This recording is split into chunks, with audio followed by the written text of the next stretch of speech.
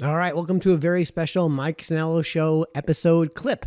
So we're not going to do a proper live stream today. We're just going to do a very brief conversation about the wearing of masks in town hall for the purposes of conducting town council meetings. So first things first, I just want to say that I think that Pete Bass's efforts to get more people vaccinated are legitimate and genuine. And I'm kind of on board with him when it comes to doing that, entirely of their own volition. However, the process by which you get the remaining vaccine hesitant, let's say, vaccinated, is a two-step process. The way you get the vaccine hesitant vaccinated is a two-step process, folks. Step one, make it incredibly easy. Step two, don't be a dick about it. And now you see why we're on Odysee. So that's one reason why we're on Odysee. But I've also going to talk about a policy issue that involves the wearing of masks in the wake of COVID. That I'm 100,000% opposed to. So the only place where I can safely put that is on Odysee. So again, follow me folks on Odysee, where I'm hoping to start moving my material over to. So right now, if you go to a town council meeting, no matter who you are, no matter your vaccination status, you have to wear a mask. Okay. Now Pete Bass said in his town hall with Lisa Morrissey, our health department director, that the reason he was doing this was to set an example. Okay, so what this is telling people, first things first, either the vaccines work or they don't work. They're not subatomic particles subject to Heisenberg's uncertainty principle. Either they work or they don't. If they work, then when you have a situation where where we have Pete Bass, me, and Lisa Morrissey in a room, then, and by the way, in a room with 20-foot high vaulted ceilings, a gigantic room with 20-foot high vaulted ceilings, excellent HVAC, fans going, and nobody else in the room. In a room where everybody in that room is vaccinated. If the vaccines work, you don't have to wear the mask. You can't have all stick and no carrot.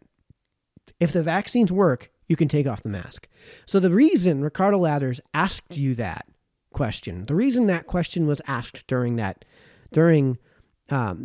town hall was because the message that is being sent when you're wearing masks in those circumstances to the people at home is that the vaccines don't work.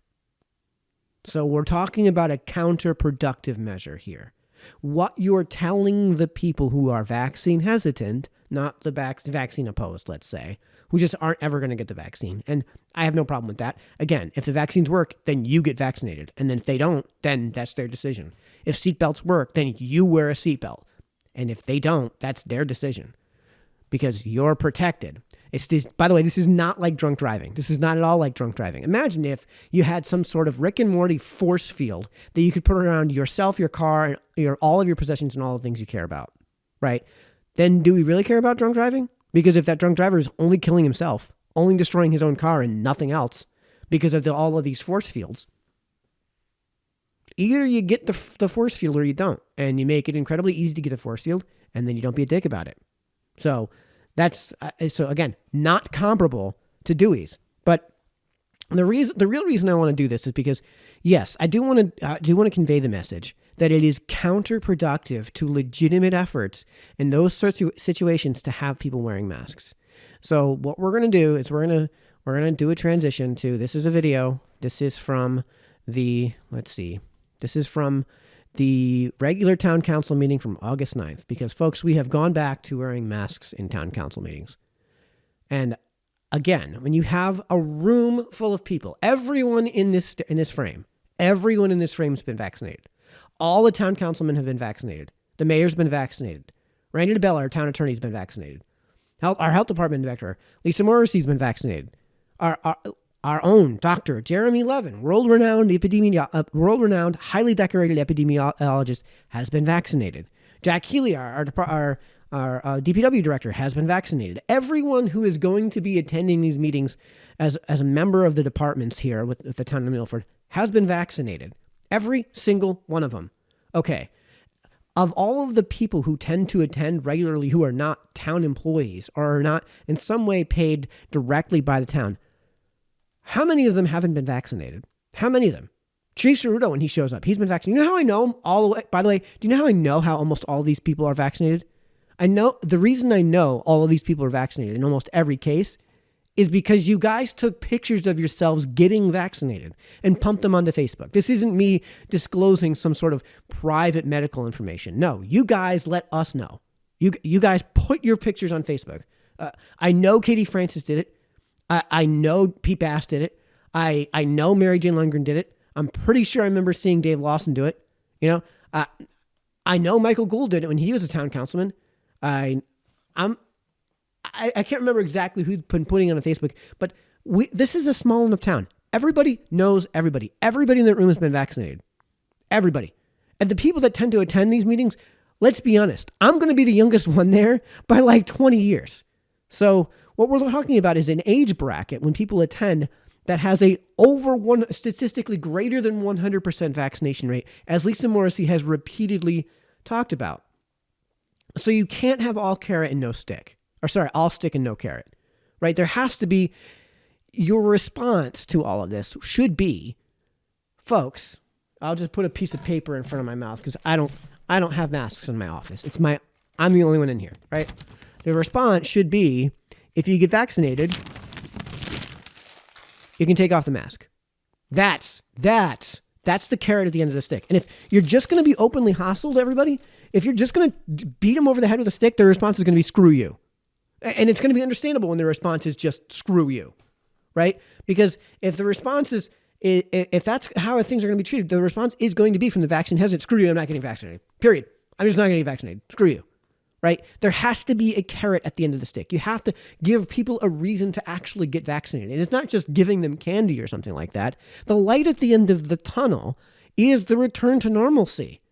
And the mask, which you wear over your face, and thus is unavoidable, right? Like there's no way to not see the mask. The mask has become the singular symbol of a failure to do that one thing that we all want to do, which is to at some point return to normalcy. And if you don't want to return to normalcy, then why are we dealing with this? Why are we even having a COVID conversation? Why are we fighting COVID in the first place? So we can get back to normal, right? So to me, it seems utterly counterproductive to require masks at town council meetings, not only to actually beating COVID, but to actually getting people vaccinated who may not otherwise get vaccinated. You have to have a carrot at the end of the stick. And the worst part is here, if we're in a state, we just did a live stream. We're in a state where 75% of the population has had at least one dose. 67% of the population has had both doses. 85% of the adult population has been vaccinated. 85%. We are way over the 80% threshold when it comes to adults. You know who hasn't been vaccinated? Children. So it's not just obstinate Republicans. It's children that are accounting for the entirety of that difference for all intents and purposes. So like either we're just never going to take off the mask. Either your argument is the mask good, which is a bad argument. That either that or we have to have some return to normalcy. Like if the goal isn't to return to normalcy, then why are we even fighting COVID? Why do we even care if anyone gets vaccinated? Why do we care? But so there's the real reason I've been doing that. I wanted to do this video is because there was an argument presented to me, and I really want Pete Bass to actually eventually get this message. So folks, share this video. I really hope this isn't the rationale. I really, really hope this isn't the rationale that Pete is using to demand masks in town council meetings. The rationale being that there's some sort of liability that the town assumes if somebody gets COVID in the town council meetings. And I guess the argument is that it might come from one of the town employees. So before we get into what that would even look like if one of the employees decided to be, I don't know, to be like that, if you will. I don't want to denigrate the town employee who decides to bring up a workers' comp claim because they thought they caught COVID at a town council meeting. But anyways, let's go ahead and watch this video because this is a back and forth between basically Mike Nahom, the councilman generally, and our own town attorney, Randy DeBella, who explains quite succinctly what the liability risk is here and what kind of liability we might assume here as the town if we don't have these mask rules in place. Mike? Before we go, I have a question for Randy because I was told that one of the reasons, and I don't want to get into whether masks work or don't work, but one of the reasons we went to masks in town buildings was because we could be liable if we don't. And can you pontificate a little bit on that? And what could happen if we didn't have masks and someone got COVID? It's a case that I would never take, or any lawyer worth their salt would take, because you're not going to prove that you got it here. Okay, so Mike just asked, what kind of liability would we be under if somebody decided to sue us? So I actually have this transcribed. I'll try to put some sort of link to it in this description. Mike Nahom, before we go, I have a question for Randy, because I was told that one of the reasons we went to masks in town buildings was because we could be liable if we don't. We could be liable if we don't. And could you pontificate a little bit on that and what could happen if we don't have masks and someone got COVID? Randy DeBella, our town attorney. It's a case that I would never take, or any lawyer worth his salt would take. You're not going to prove you got it here. So that seems pretty straightforward here. That we can just end the conversation right there. So the way Randy is characterizing it, not just from the literal text alone, but like from his choice of words, the characterization in general seems to me to be a very serious slight. Like, this is such a preposterous extension. This is such a preposterous bit of mental gymnastics to get to that conclusion that he's characterized it as a case that I would never take, or any lawyer with his salt would take. You're not going to prove that you got it here. So let's continue watching this video. I mean, we should be done, but. All right. So a liability should not be one of the reasons why we have to wear masks. I think a liability should not be one of the reasons that we have to wear masks. that's a red herring. I think that's a red herring. I don't think it's a risk. Unless you knew you had COVID. No, I'm not. I'm just. If we decide to do it because it's safe, and then Lisa's not here, so I don't want to get into that detail because that's more her preferred.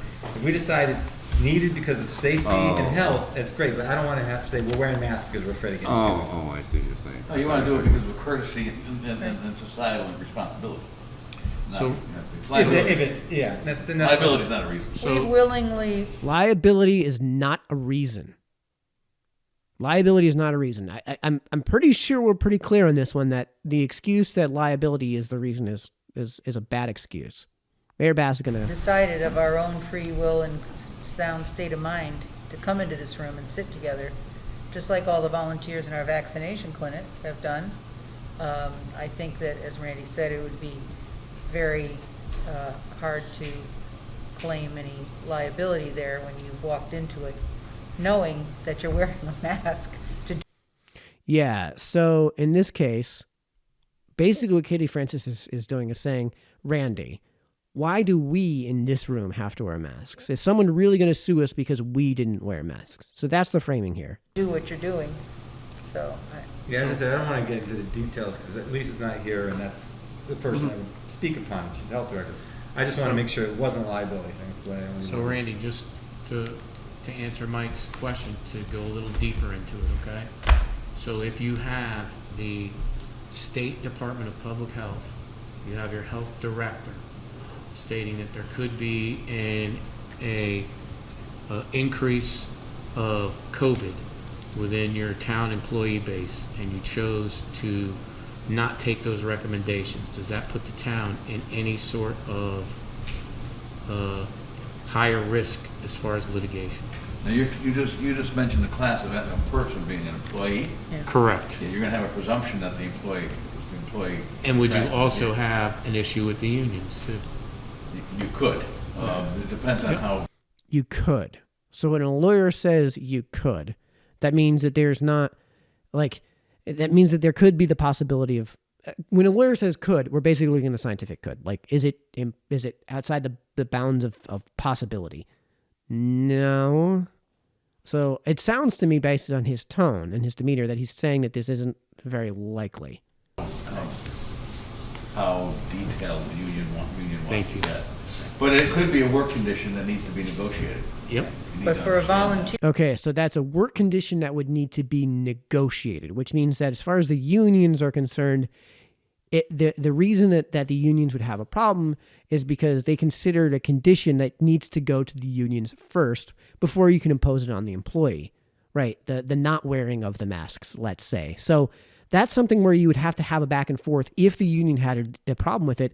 And then on top of that, there wouldn't really necessarily be a claim from the union necessarily, so long as you could go through that negotiative process. Here, such as. No, if you're a volunteer and you're on premises and you contract COVID, you're not presumed to have contracted it. If you're an Exactly. employee, you are.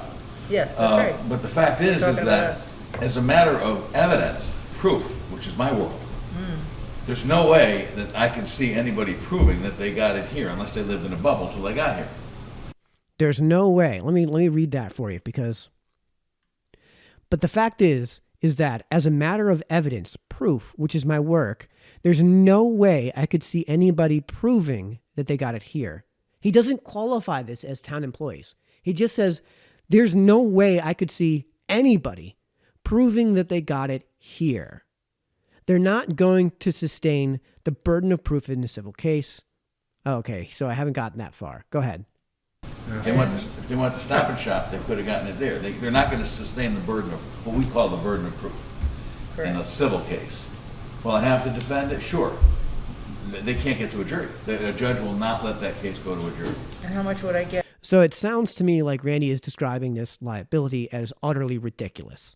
Utterly ridiculous. So that seems to me like the liability case, even with a town employee, is something we should not be using as a rationale for demanding masks at town council meetings where everyone is vaccinated.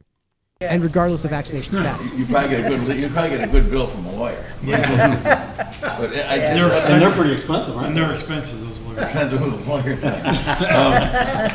But I will tell you, yes, I've gotten that question throughout this county. And the fact is that, sure, anybody can sue anybody. We see that every day.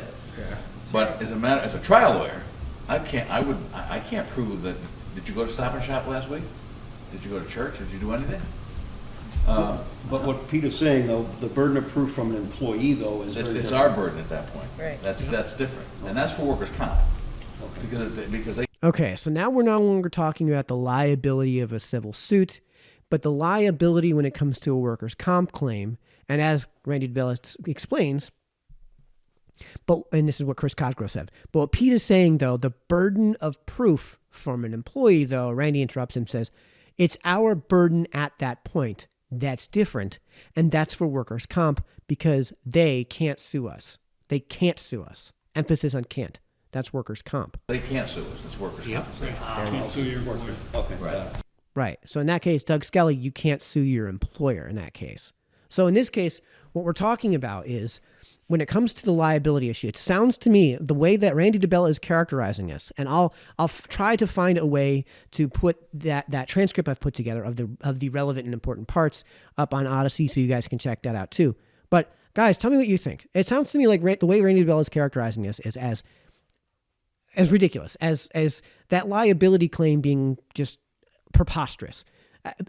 And on top of that, the way that he's describing the employee situation is that there's a chance, as limited as it might be, that the employee would claim that they got it on the job, but he did characterize the situation with the town council meetings as being a situation where, so the rule is you have to wear, masks in town offices. But if you change that rule to specifically during town council meetings in the Paul Martin room, there would be an exemption, right? Even if it's just the exemption is just if you're vaccinated, when you go to town council meetings, you don't have to wear the mask, right?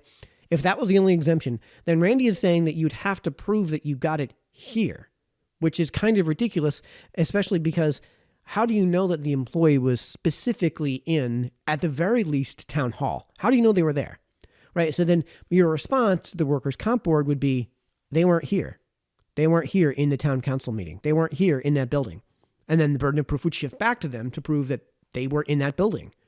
So I think it's a fairly affirmative defense to say they weren't in the building when it comes to creating an exemption, creating a carve out for town council meetings where everyone's on camera, where you're sending the message. And I know it might not be the message you intend to send to people, and it might not be the message that you would receive if you were seeing masks on folks, but the message that is sending to the vaccine hesitant is don't get vaccinated, because why bother?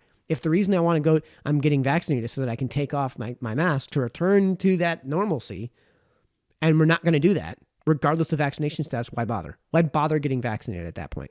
So it seems to me like this is a dubious claim, the liability claim, even when it comes to an employee. And just real quick, let's extrapolate what that would look like. Let's extrapolate what that would take. So the employee files a workers' compensation and claim, right? So the workers' comp board, somebody at workers' comp, at the workers' comp insurance provider, says something along. So there's a review process during the filing of the claim, and if the filing of the claim is utterly ridiculous at its face, something where the workers' compensation doesn't cover that type of claim, even if everything is 100% true, then they can throw it out. So you have to get through that hurdle. And somebody has to actually file the claim. Somebody would actually have to have, even if they're having an attorney file it for them, they'd have to have an attorney who's, like Randy DeBella said, not worth his salt, right, in this case. So let's see what Randy said. It's a case that it would never take, or any lawyer worth his salt would take. You're not going to prove that you got it here. Okay, so in that case, the employee would say, I got it on the job. The assumption is that you did get it on the job because you're on the job. You're an employee. That's why you're filing the claim. So it would have to get through that hurdle in the first place. Okay, then the workers' comp board comes to the town, and the town says, no, that we have a mask mandate in place in every building, with one exception, that is the E. Paul Martin room during town council meetings if somebody isn't masked. And then then the burden of proof shifts right back to them. And they would have to say that they were at the very least in the building. At the very least in the building, they'd have to have some sort of, because we provided an affirmative defense. So even if he could somehow prove to the workers' comp board that he got it there. Now remember, what Randy's talking about is a shifting of the burden of proof in a workers' comp hearing from prove that you got it here to prove that you didn't get it on the job, right? And the way you would prove that is just say he wasn't in the town council. We have the mask mandate in effect. So because of that, we only have one place where the mask mandate isn't in effect. He would have to prove that he was there, right? So beyond that, if the town just straight up loses the case, this is not like a proper civil suit, which Randy DeBell has already characterized as being ridiculous, in my opinion. He's characterizing it as being ridiculous. He's characterizing it as, I think it's a red herring. I don't think it's a risk. That's his characterization as a red herring. Then, in a worst case scenario, the workers' compensation insurance would cover the cost of the claim to the extent that the workers' comp board would actually approve of the claim, right? So you could request a certain amount, and the amount that it winds up getting approved isn't necessarily that amount that you're filing a complaint for with workers' comp. And then on top of all of that, you know what these town, do you know how the town's affected by this? Their insurance premiums go up. That's it. The insurance premiums go up.